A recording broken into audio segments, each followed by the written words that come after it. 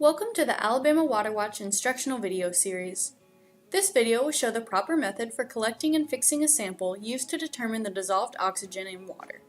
This video corresponds to Step A and Step B in the Water Chemistry Manual. There is a separate video for Step C, titrating the sample.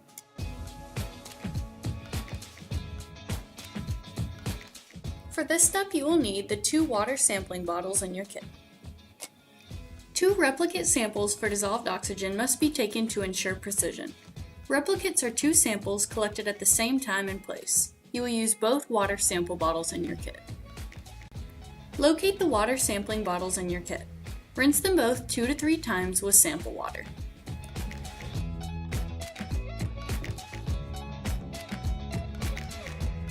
To fill the bottles, hold them in the same hand and submerge them below the surface of the water.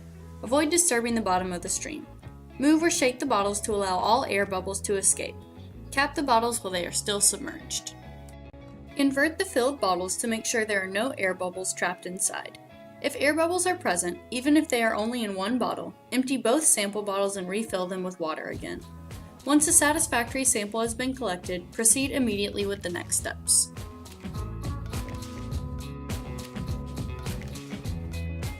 For this step, you will need manganese sulfate, alkaline potassium iodide azide, and 1:1 sulfuric acid.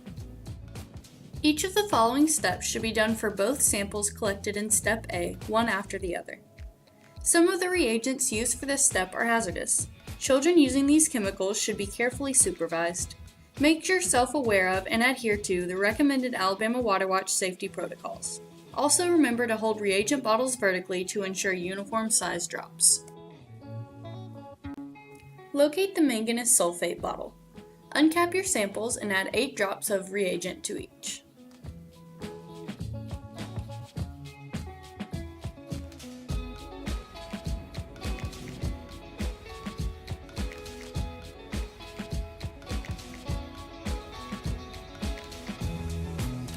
Locate the alkaline potassium iodide azide bottle.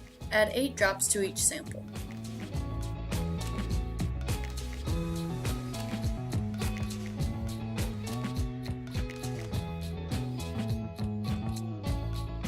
Cap and rinse or wipe the outsides of the bottles to remove traces of reagents that they may have come in contact with. Mix the bottles by inverting at least 10 times. At this point, a tan, cloudy precipitate will form. Allow the precipitate to settle below the shoulder of the bottles. Locate the 1:1 sulfuric acid bottle. Add 8 drops to each sample. Cap both bottles and rinse or wipe the outsides.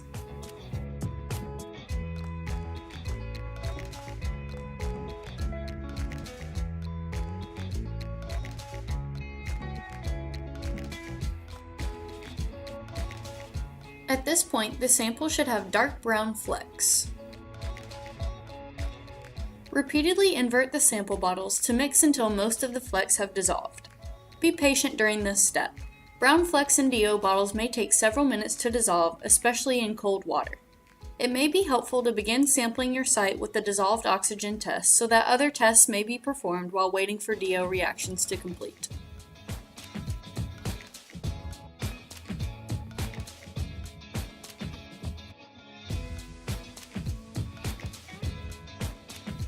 Once all flecks have been dissolved, your sample should resemble apple juice. At this point, both samples are now fixed. This means the oxygen in the sample is chemically trapped and that contact between the water sample and the atmosphere will not affect the test result. Please watch the second dissolved oxygen instructional video to see the proper method for titrating your samples. Thanks for watching. If you have any comments or questions, give us a shout.